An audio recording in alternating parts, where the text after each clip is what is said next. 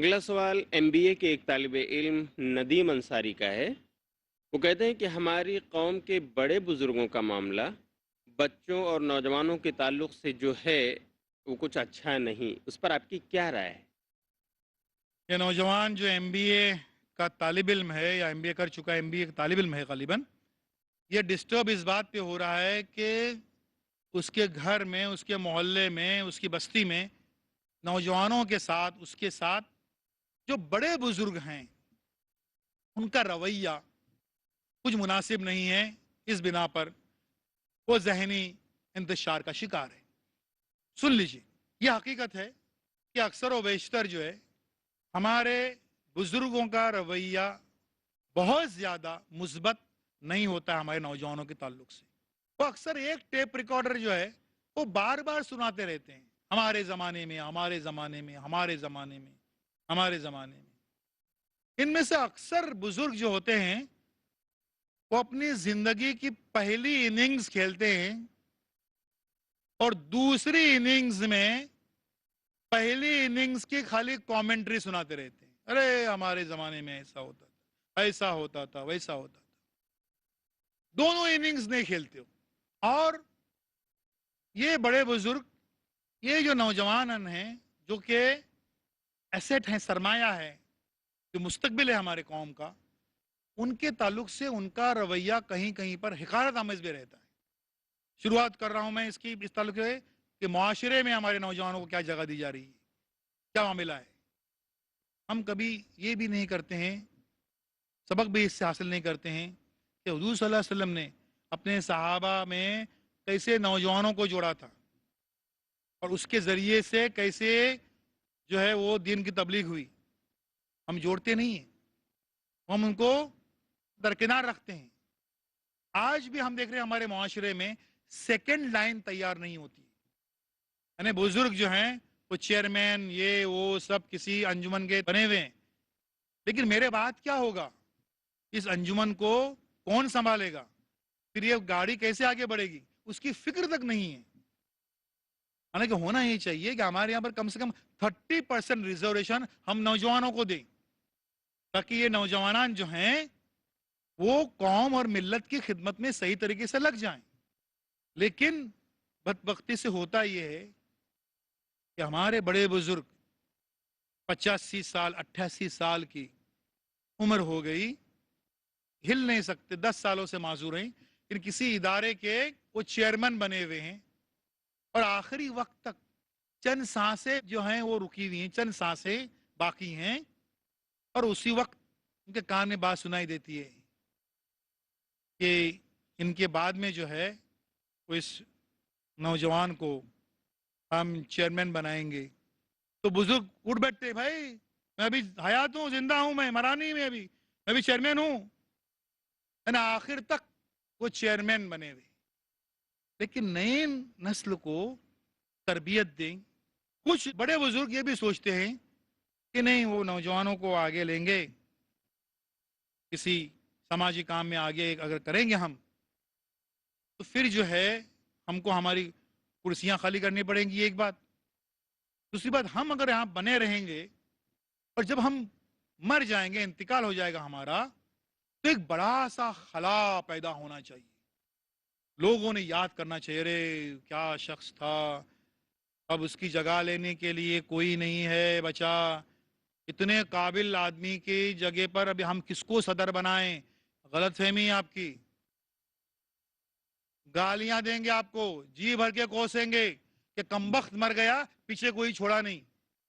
اس انجمن کو چلانے کے لیے، اس خدمت کے جذبے کو آگے بڑھانے کے لیے نئی نسل کو تیار نہیں کیا اس نے، اس لیے آپ کو کوسیں گے، آپ کو اچھے ناموں سے یاد نہیں کریں گے۔ بڑے بزرگوں کا رویہ ہمارے نوجوانوں کے تعلق سے مثبت ہونا چاہیے۔ ہر بار انہوں نے، اور بعد میں ان آنے والے نوجوانوں نے بھی سوچنا ہے کہ ہم قائم کے اس دنیا میں رہنے کے لیے نہیں آئے ہیں، اور اگر ہم اپنے پیچھے اس کار خیر کا کوئی وارث نہیں چھوڑتے ہیں جو ان ساری چیزوں کو آگے لے کے چلے، یقیناً ہم گنہگار ثابت ہو سکتے ہیں۔ یہ سوال محمد شفیع بیگ صاحب کا ہے، جو BCom کے ایک اسٹوڈنٹ ہیں۔ وہ کہتے ہیں کہ ہم میں خود اعتمادی نہیں آ پاتی ہے، اس کے لیے کیا کریں؟ خود اعتمادی یا سیلف کانفیڈنس یہ ہمارے نوجوانوں میں کیوں نہیں آتا ہے؟ اور یقیناً وہ اگر نہیں آ جائے تو ذہنی انتشار کا شکار وہ ہوتے رہیں گے۔ خود اعتمادی کیسے آتی ہے؟ اس کی پہلی شرط خدا پہ اعتماد، اللہ پہ اعتماد، وہاں سے خود اعتمادی شروع ہو جاتی ہے۔ خود اعتمادی آتی ہے اللہ پہ توکل، کہ اللہ اور صرف اللہ، اور اللہ سے ہم بار بار یہ کہیں کہ تو، صرف تو ہی تو، تیرے سوا کوئی نہیں، یہ توکل یہ اللہ سے ہمیں کریں۔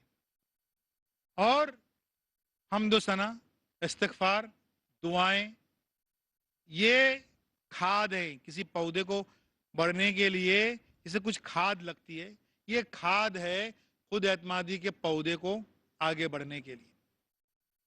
خود اعتمادی کا یہ پودا جو ہے وہ درخت کیسے بنتا ہے، بات آگے کیسے بڑھتی ہے؟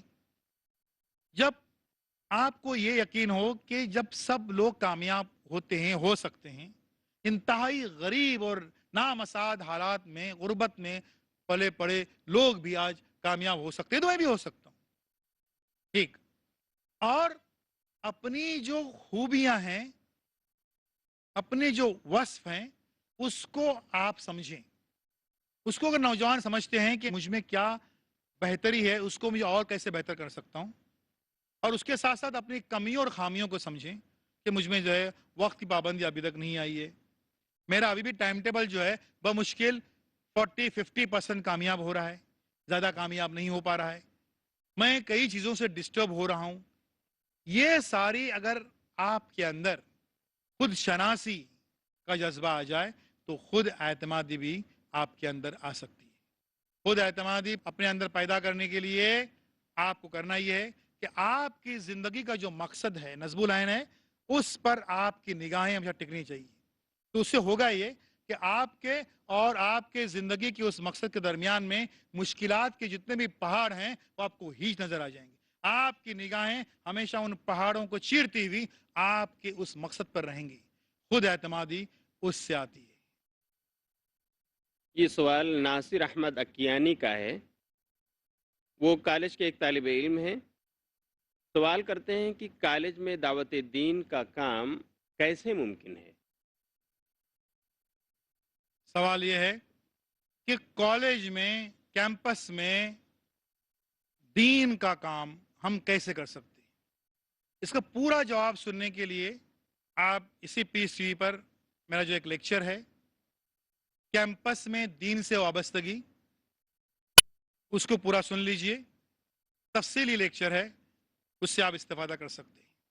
مختصراً میں یہ کہنا چاہوں گا کہ دین کے دعوت کے امکانات ہم کو ہر جگہ پر تلاش کرنے ہیں، ہر جگہ پر ڈھونڈنے ہیں، اور کیمپس میں، کالج میں آپ جا رہے ہیں تو میں نے جیسا کہا کہ ڈاکٹر، انجینئر، آرکیٹیکٹ اور فارماسسٹ یا پروفیسر بننے کے لیے صرف نہیں، بلکہ ایک دائی ڈاکٹر، دائی انجینئر، دائی پروفیسر یہ بننے کے لیے جا رہے ہیں۔ جب یہ بننے کے لیے جا رہے ہیں تو وہاں پر دعوت کا کام آپ کو کرنا ہی ہے۔ پوچھ تاچھ ہوگی آپ سے کہ آپ کو ایک موقع ملا تھا کیمپس میں، اعلیٰ تعلیمی اداروں میں دعوت کا کام کرنے کا، آپ نے کیا اس کے لیے کیا؟ چاروں طرف برائیاں پھیلی ہوئی ہیں، بتا رہا ہوں آپ کو پہلے سے، اور اس میں دین کا کوئی ایک چراغ روشن کرنا جوئے شیر لانے سے کم نہیں ہے، لیکن یہ کر رہے ہیں۔ نوجوان سن لیں کہ کئی طلباء اور طالبات یہ کام بڑی کامیابی سے کر رہے ہیں۔ وہ لسٹ بنائیے کالج میں سب سے پہلے کہ جس سے آپ کو لوگ مشتعل کریں گے، اسٹوڈنٹس جو ہیں آپ کو بھڑکائیں گے، ارے کیا تمہارے یہاں پر گوشت کھایا جاتا ہے، ایک سے زائد شادیاں ہوتی ہیں، تمہارے یہاں پر وہ سور کھانا کیوں حرام ہے؟ یہ ساری لسٹ آپ تیار کر لیجیے، اور ان کے جوابات سب سے پہلے ان کی جو مذہبی کتابوں ہیں ان کے حوالے سے دیجیے۔ آپ بولیں گے یعنی ہم کو کیا ریسرچ اسکالر بننے کا ہے؟ ہم بننے کے یہاں پر انجینئر، اور ریسرچ اسکالر کیسے بنیں گے؟ سن لیجیے، یہ کام اتنا آسان ہے، بمشکل 20-25 ایسی باتیں ہوں گی، ایسے اختلافات ہوں گے، ایسی غلط فہمیاں ہوں گی جو عام غیر مسلموں میں اسلام کے تعلق سے اور مسلمانوں کے تعلق سے ہیں.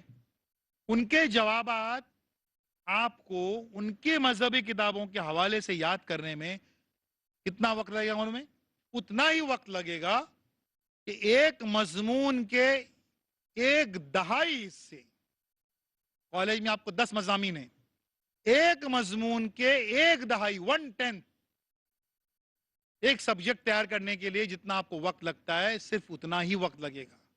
یہ تھوڑا سا ایڈیشنل کام ہے، لیکن آپ کو شرمندگی محسوس نہیں ہوگی کالج میں، اور آپ جو ہے احساس کمتری کا شکار نہیں ہوں گے کہ آپ کو سوالات پوچھے جا رہے ہیں، کوئی جواب نہیں دے پا رہے ہیں، تو بتانے کا نہیں میں مسلمان ہوں، اپنی شناختی چھپا کے رکھنے کی، اس کی کوئی نوبت جو ہے وہ نہیں آئے گی.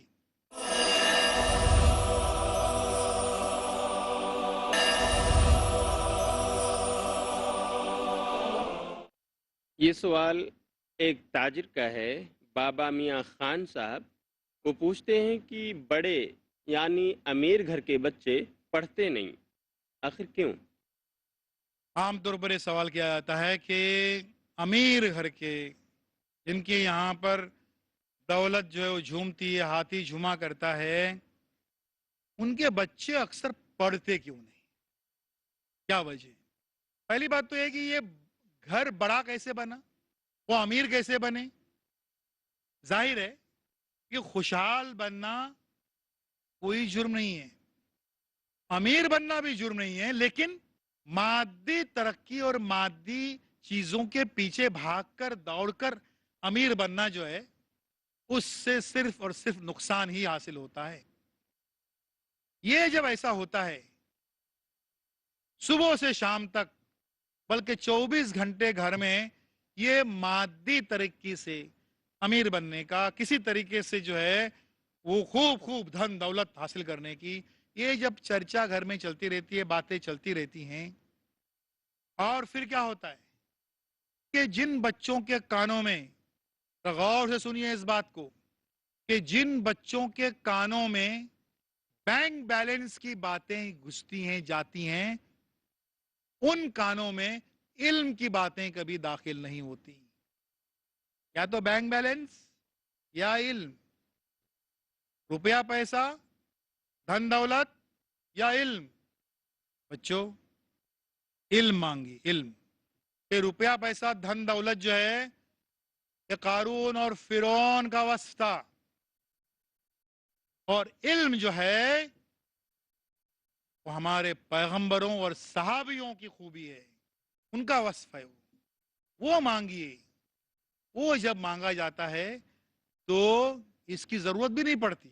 وہ بچے علم حاصل اس لیے نہیں کرتے ہیں کہ ان گھروں میں کامیابی کی ڈیفینیشن ہی کچھ الگ ہے.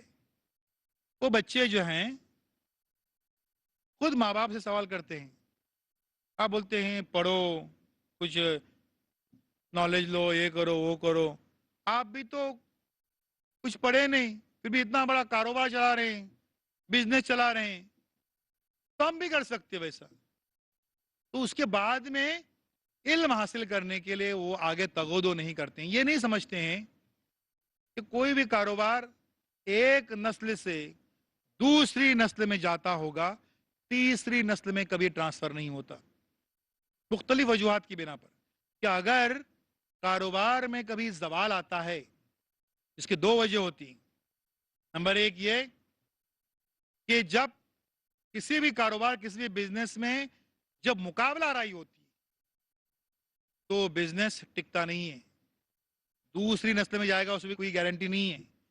جیسے ہم آج دیکھتے ہیں ہمارے کئی شہروں میں، ممبئی سے لے کر کئی اور شہروں میں بڑے بڑے کاروبار مسلمانوں کے، کسی کے چمڑے کے کارخانے ہیں مختلف ساؤتھ میں وغیرہ، تمل ناڈو کے کئی علاقوں میں. ممبئی میں مسلمانوں کا بڑا بزنس جو ہے وہ ماربل گرینائٹ کا ہے، اور وہ سمجھتے کہ یہ کاروبار کبھی مٹنے والے نہیں تھے. مقابلہ آ گیا، چائنا کا چمڑا بھی آ گیا اور ماربل بھی آ گیا. یہ جو بڑے اسٹیبلش بزنس ہاؤسز تھے وہ کہیں کے نہیں رہے. تو مقابلے کی وجہ سے کوئی بھی بزنس ایک نسل سے دوسرے میں جاتا ہوگا, تیسرے میں کبھی ٹرانسفر نہیں ہوتا ہے. اور دوسری وجہ جس کی وجہ سے بزنس اور کاروبار کوئی بھروسہ نہیں ہے, اور وہ ہے بٹوارا. جب بٹوارا ہوتا ہے اور خالی اس ایک بزنس کے آس پہ رہتے ہیں ہم, اور اپنے بچوں کو کچھ پڑھاتے نہیں ہیں, آگے بڑھاتے نہیں ہیں, تو وہ بزنس کسی کام نہیں آتا ہے. اس مثال دوں گا, ایک صاحب کی ایک دکان 10x10 کی ہارڈ ویئر کی دکان, 3 بیٹے, تینوں کو پڑھایا نہیں, دیکھتے دیکھتے بڑے ہو گئے, کچھ آیا نہیں, کچھ حساب نہیں کتاب نہیں, کچھ نہیں, بٹوارا ہو گیا, ہر ایک کے حصے میں 3 فٹ کا گالا آ گیا. اب کچھ پڑے نہیں, وہی بیچ رہے, باہر آواز لگا لگا کے. تو ایسا جب ہوتا ہے اور صرف ایک کاروبار پہ ڈیپینڈ رہتے ہیں اور اپنے بچوں کو آگے نہیں پڑھاتے ہیں, تو وہ بزنس ٹکتا نہیں ہے. اور اسی وجہ سے وہ بچے جو امیر گھرانوں کے ہیں, بڑے گھرانوں کے ہیں, وہ کبھی بھی آگے ترقی نہیں کرتے ہیں, کبھی بھی آگے نہیں بڑھتے ہیں, اور علم کی باتیں, تعلیم کی باتیں ان کے کانوں میں کبھی جاتے نہیں ہیں, ان کے دماغ میں کبھی بستے نہیں ہیں. لیکن ایک بات طے ہے کہ آگے چل کر یہ بچے اتنے ہی بڑے بزنس گھروں کے اور تاجر گھرانوں کے ہوں, ڈسٹرب ہوئے رہتے ہیں اور مسلسل ڈسٹرب ہوئے جاتے ہیں. اگلا سوال منظور احمد خان صاحب کا ہے, جو ایک گورنمنٹ سرونٹ ہیں. وہ پوچھتے ہیں کہ آخر ہمارے اسکولوں کا حال اس درجہ برا کیوں ہے؟ ہمارے تعلیمی ادارے, ان کا حال اتنا برا کیوں ہے؟ اس کی وجہ یہی ہے, پہلی بات تو یہ کہ 200-300 سالوں کا جو مکمل سناٹا تھا, جب دنیا ترقی کر رہی تھی, کئی قسم کی ایجادات میں مشغول تھی, اس وقت ہمارے جو شہزادے اور نوابزادے وہ بھی کچھ تحقیقات کر رہے تھے, نہیں کر رہے تھے ایسا نہیں کر رہے تھے, انہوں نے بھی کچھ تحقیقات کی, کچھ ریسرچ کیا. کیا کیا انہوں نے؟ تیتر بازی, بٹیر بازی, مرغ بازی, پتنگ بازی, یہ نوابزادے اور شہزادے اس میں مصروف تھے جب دوسری قومیں خوب ترقی کر رہی تھی. اب یہ دور گزرنے کے بعد, اب جب تعلیم کی طرف ایک قوم آمادہ ہوئی, تو پھر ایک بکھڑا کھڑا ہوا کہ کون سی تعلیم, دینی تعلیم, دنیاوی تعلیم. بلا وجہ کی ایک فضول سی بات سامنے آئی, اس لیے کہ ہم کو پالیسی اس وقت ہم بنا سکتے تھے کہ دین کی روشنی میں تمام تر دنیاوی تعلیم ہم حاصل کریں. یہ پالیسی طے کرنے میں کتنا ٹائم لگ سکتا تھا, لیکن وہ نہیں ہوا. تو جب تعلیم پہ ہم آمادہ ہوئے تو ہم نے کیا کیا کہ صرف نقل کرنا شروع کی, پہلے روس کی, پھر امریکہ کی, پھر اور دیگر ممالک کی. اس ملک میں بھی جو ہمارے سو کالڈ ہمارے جو ادارے ہیں, وہ بھی سرکاری جو پالیسیاں ہیں اس کے پابند ہیں, اس کے غلام ہیں, اس سے ہٹ کر کچھ سوچتے نہیں ہیں. میں اس کی مثال دوں گا. یہاں پر اسکولوں میں سارا سسٹم صحیح طریقے سے رائج ہو, اس کے لیے ایک کتاب آتی ہے, اس کا نام ہے ایس ایس کوڈ. اسکول کا ایک کوڈ بنا رہتا ہے, اور یہ ایس ایس کوڈ ان کے جیسے ایک مقدس کتاب بنی. جیسا ہوتا یہ ہے, اس ایک مثال دوں گا کہ ایک جگہ پر اسکول میں گیا, بڑا اسکول, اور دیکھا تو کچھ کلاس سے جو ہے وہ بچوں کے شور ہونے کی آواز آ رہی تھی. ہم نے پوچھا ان کے ہیڈ ماسٹر صاحب سے کہ وہاں پر کلاس خالی جا رہا ہے, اس لیے وہ بچے اتنا شور کر رہے ہیں, آپ یہاں پر بیٹھے ہوئے ہیں, تو آپ, انہوں نے فوراً جو ہے وہ ایس ایس کوڈ, ان کی مقدس کتاب جو ہے وہ سامنے رکھی میرے سامنے. تو اس میں لکھا ہے کہ ہیڈ ماسٹر کو یا پرنسپل کو روزانہ صرف 30 منٹ پڑھانے کا ہے, اور وہ میں 30 منٹ پڑھا چکا ہوں, اب مجھے اس سے کوئی مطلب نہیں. دیکھ لیجیے, سرکاری کوڈ, اس کے غلام. میں نے اسے فوراً پوچھا کہ جناب, ایس ایس کوڈ تو یہ کہتا ہے کہ آپ کو دن میں صرف, ہیڈ ماسٹر کو صرف دن میں 30 منٹ پڑھانے کا ہے, لیکن یہ بتائیے کہ آپ کے ضمیر کا کوڈ کیا کہتا ہے, ضمیر کیا کہتا ہے آپ کا, کہ صرف 30 منٹ پڑھائے جائے, یہ کوڈ کہتا ہے آپ کا. تو یہ ایس ایس کوڈ